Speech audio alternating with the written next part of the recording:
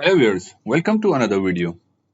In this video, we will see what is neutral grounding resistor, what are the benefits of using neutral grounding resistor, what are different schemes of neutral grounding resistor, and finally we will learn how to size neutral grounding resistor or NGR.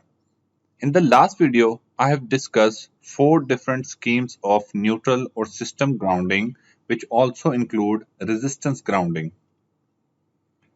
So, in a solidly grounded system, a single line to ground fault causes most insulation failures and the highest arc flash energy in the power system. In this video, I will show you how a neutral grounding resistor protects equipment and the people. So, the neutral grounding resistors are connected between the neutral point of a transformer and the ground.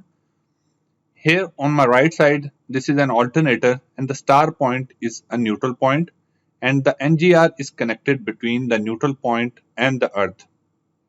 So why do we use NGR and what are the benefits of neutral grounding resistor?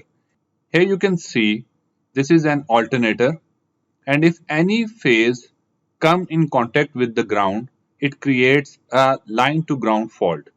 So the ground fault will flow from the phase into the ground, through the ground, through the resistor, back into the neutral.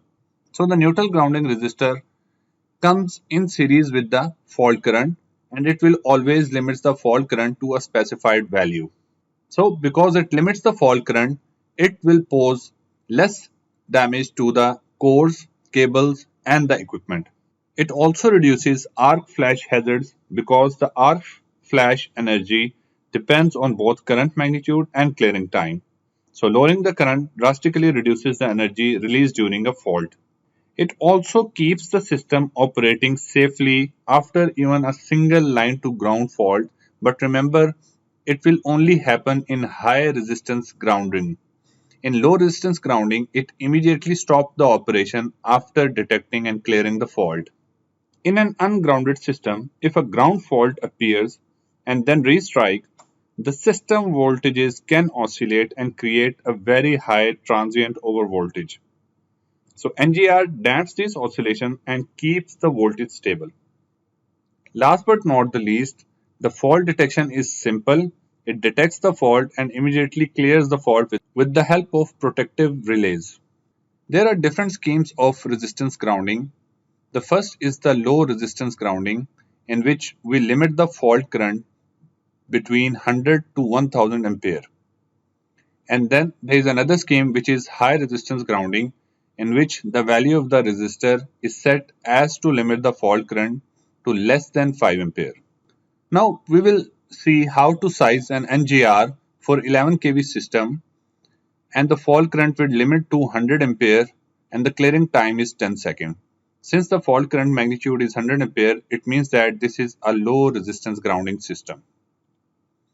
So the first step is to compute line to neutral voltage, and the formula is line to line voltage over under root 3. Putting the values, the line to line voltage is 11,000 volts. The line to neutral voltage comes out to be 6.35 kV. The second step is to compute the value of the resistor to be inserted between the neutral and the earth. And the formula is V line to neutral over fault current. Putting the values of voltage and the fault current, the value of the resistor comes out to be 63.5 ohms. Now the third step is to compute the resistor power according to the formula I square R. Putting the value of fault current and the resistor, the power of the resistor is 635 kilowatt. So this will be the power that the resistor will dissipate during the fault. And the last step is compute the energy for short time duty, which is 10 seconds according to the formula E equal to power into time. Putting the values, we get the value of energy which is equal to 6350 kilojoules. So this is how you size the neutral grounding resistor. I hope you clearly understand the idea and like the video. For more interesting videos, stay tuned and don't forget to subscribe our channel. Thank you for watching.